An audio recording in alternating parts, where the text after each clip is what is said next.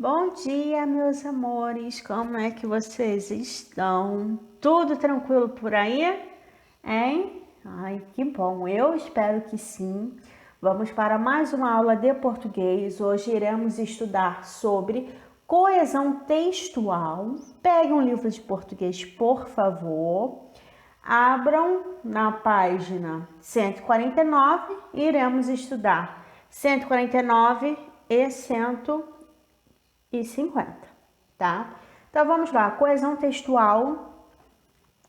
Vamos ver o que é coesão textual. Então, junto comigo aí. A coesão, como mencionamos anteriormente, nada mais é do que organizar o texto para que os parágrafos que o compõem sejam harmoniosos. Imagine um texto que está carregado de palavras que se repetem desde o seu início. Isso torna a leitura cansativa e o entendimento difícil, correto? O que vocês acham? Repetir a mesma palavra em um texto é cansativo para o leitor, tá? Lembre-se disso, é muito cansativo e as ideias ficam desorganizadas. Então vamos lá, para a solução desse problema. Para evitar esse tipo de situação, podemos usar inúmeros termos que substituem a ideia apresentada anteriormente, evitando dessa forma a repetição. Para isso, podemos usar as conjunções, pronomes, advérbios, entre outros. Confira um exemplo para facilitar o entendimento. Então, prestem atenção aqui.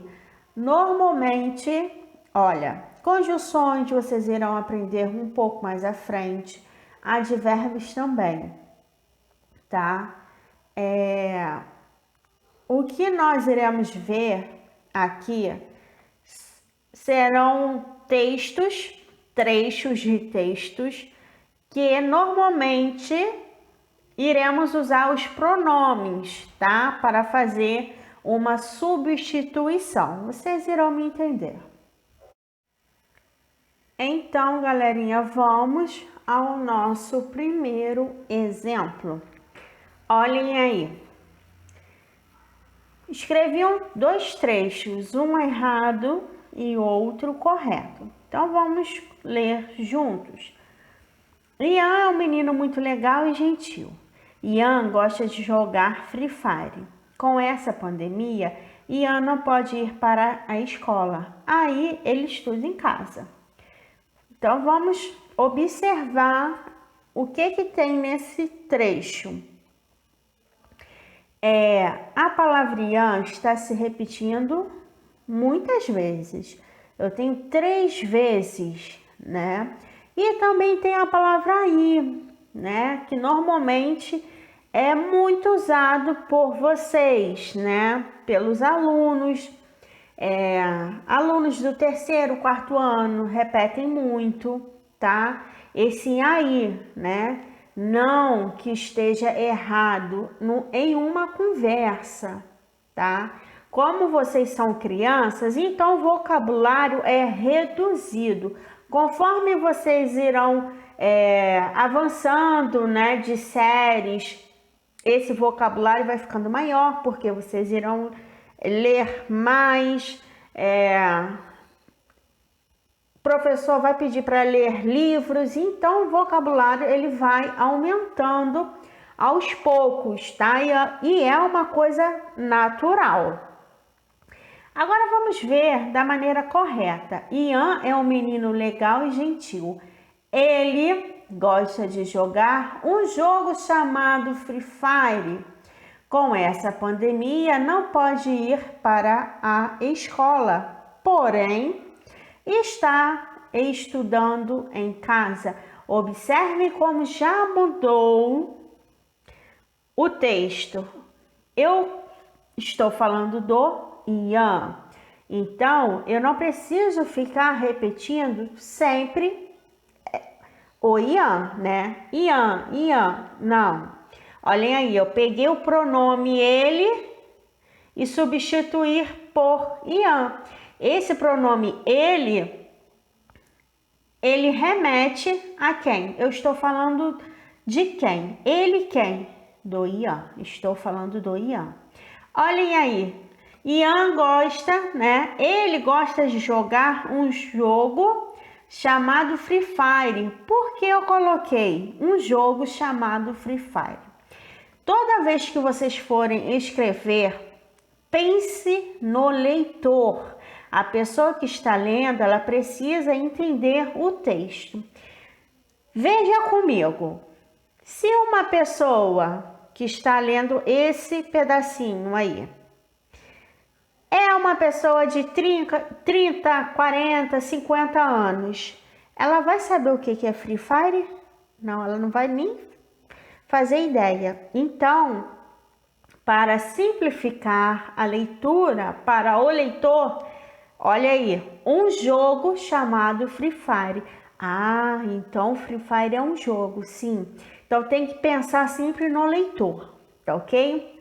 Com essa pandemia, não pode ir para a escola. Observe bem que eu tirei o Ian. Por quê? Quem eu estou falando? A do Ian. Então, eu não preciso colocar o Ian novamente. Se eu não colocar, escrever assim, ó, com essa pandemia, não pode ir para a escola. Quem não pode ir para a escola? O Ian. Estou falando do Ian. Então, observem que essas coisas sempre estão remetindo, sempre estão substituindo, tá? Um termo anterior. Olhem aí, olha esse aí. Aí, ele estuda em casa. Esse aí, né, é uma conclusão, né? Então, eu peguei essa palavrinha aí e coloquei porém. Porém, está estudando em casa. Ele não pode ir para a escola, mas estuda em casa, tá? Então, tá aí o nosso primeiro exemplo. Segundo exemplo, olhem aí. Galerinha, preste atenção. Vocês estão reparando que as palavrinhas estão vindo, olha, as letras estão vindo separadas. Tive um problema aqui no programa que eu faço esses slides e está saindo assim, tá bom? Então vamos lá, continuando aí. A magia das palavras é enorme, pois elas expressam a força do pensamento. As mesmas têm o poder de transformar e de conscientizar. Olhem aí, podemos notar que elas e as mesmas referem-se a palavras. Olha aí, galera, estou falando de palavras. A magia das palavras é enorme, pois elas quem? Palavras, tá? Pois elas expressam a força do pensamento. As mesmas quem? Quem eu posso encaixar aí? Palavras. Então, percebam que eu não preciso estar repetindo sempre a mesma palavra. Eu tento o que, galera? Substituir por algum termo, por algum pronome, por algum substantivo, né? Então, vamos lá. Próximo exemplo. Olhem aí essa tirinha. Primeira tirinha. Você comeu as flores que eu comprei para minha mina. E agora o que eu faço? Pede para ela cheirar o meu bafo. Prestem atenção aí. Percebemos que o termo ela está empregado no lugar do substantivo mina. Quando o Garfield pede para ela quem? A mina, né? Mina, namorada. O Garfield poderia colocar assim: pede para sua namorada. Namorada é sinônimo de quê? Mina, né? Mina é uma gíria. Significa o quê? Minha namorada, minha ficante. Então, o Garfield usou o pronome ela. Ele poderia ter usado um sinônimo, uma palavra o quê? Parecida, como namorada, tá? Então, nós temos aí esses 3 exemplos. Vamos às atividades da página 149 e 150. Página 149. O maluco fala com o amigo dele. Sabe de uma coisa? Eu sinto que sou um sapo. E desde quando você começou a sentir isso? Desde que eu era um girino. Então, olhem aí, né? Essa anedota, essa piada. Letra A. Por que a última fala do maluco na anedota provoca humor? O que é que vocês acham? Porque essa última fala provoca um humor aí, né? Uma parte engraçada. Então, vamos lá. Letra B. Com qual expressão usada no dia a dia a última fala do maluco se parece? Quando ele fala, desde que eu era um girino. Então, essa expressão eu posso substituir por qual expressão? Aí vocês coloquem, tá ok? Letra C. Quais palavras o pronome destacado... Qual é o pronome, galera? Olhem lá. D. Quais palavras o pronome destacado na primeira anedota está substituindo? Olhem aí. O maluco fala com o amigo dele. Esse dele está substituindo a que termo, tá? Aqui informação. Então, vamos lá. Prosseguindo. Olha aí, vou dar um zoom. Olha, página 149 ainda. Vamos lá. Quais palavras o pronome destacado na primeira linha da anedota está substituindo? Aí vocês irão colocar qual é essa palavra, tá? Esse termo. Próxima pergunta. Por que foi utilizado o pronome e não as palavras que ele substituiu? Por que será? Tá? Escrevam aí. Letra D. Em. E desde quando você começou a sentir isso? O pronome isso foi usado para se referir à informação apresentada anteriormente ou a uma informação que está ainda... a uma informação que ainda será apresentada. Qual dessas duas? Aí vocês marquem a resposta correta. Próxima pergunta. A qual informação o pronome isso se refere? Então, olha lá. E desde quando você começou a sentir isso? Sentir o quê? O que é isso? Vocês irão colocar essa informação aí, tá ok? Próxima. Olhem aí o que o livro está falando. Há palavras que retornam informações anteriormente apresentadas no texto. Há outras que antecipam informações. Veja exemplos. Esqueci minha fala na apresentação.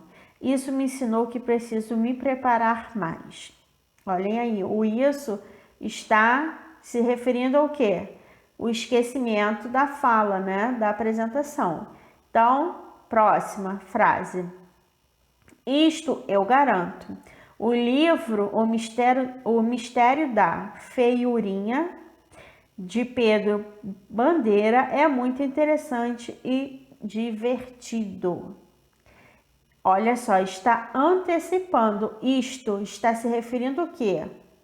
Está se referindo ao livro O Mistério da Feiurinha, tá ok? Que é o quê? Muito interessante e divertido. Então, essa frase, o isto, está antecipando. Vamos lá. Página Então, galerinha, me acompanha aí na leitura da página 150. Seu cachorro é um gênio, saiba o porquê. Brian Heer, neurocientista especializado em cognição canina, e sua esposa, a cientista e jornalista Vanessa Walsh, explicam como funciona a mente dos cães e contam por que eles podem ser mais inteligentes do que seus donos imaginam. Baseados em um conjunto de trabalhos sobre o assunto que apelidaram de caninognição, ou seja, a cognição dos cães, os autores chegaram à conclusão de que o processo evolutivo que transformou lobos em cachorros domésticos fez com que os animais adquirissem um novo tipo de inteligência social. Essa inteligência teria tornado os cães muito semelhantes a bebês humanos, em termos de comportamento e de habilidades de comunicação, conquistando seus donos definitivamente. De acordo com Brian, depois dos seres humanos, os cachorros são os mamíferos mais bem-sucedidos do planeta, superando até mesmo os chimpanzés famosos por sua esperteza. Então vamos lá. Letra A.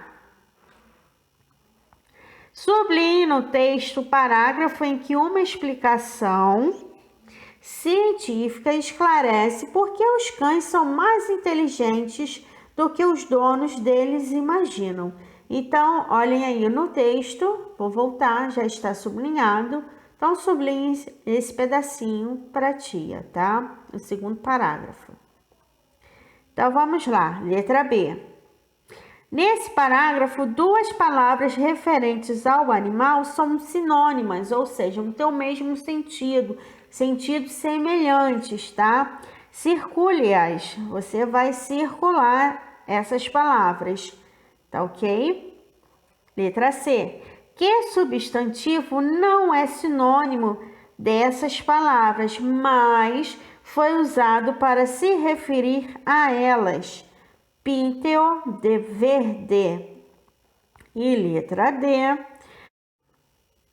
Letra D. No final do segundo parágrafo, diz-se que os cães adquiriram um novo tipo de inteligência social. Essa informação é retomada no parágrafo seguinte. Por qual expressão? Tá? Aí vocês irão olhar a expressão e pintar de quê? Amarelo. Estamos estudando o segundo parágrafo. Porém, quando vai para o terceiro parágrafo, tá? Você tem uma informação aí, uma expressão que se refere à inteligência social dos cães. Vocês irão pintar de amarelo, tá ok? Então é isso, galera. Podem fazer com calma, tá ok? E depois corrigir lá.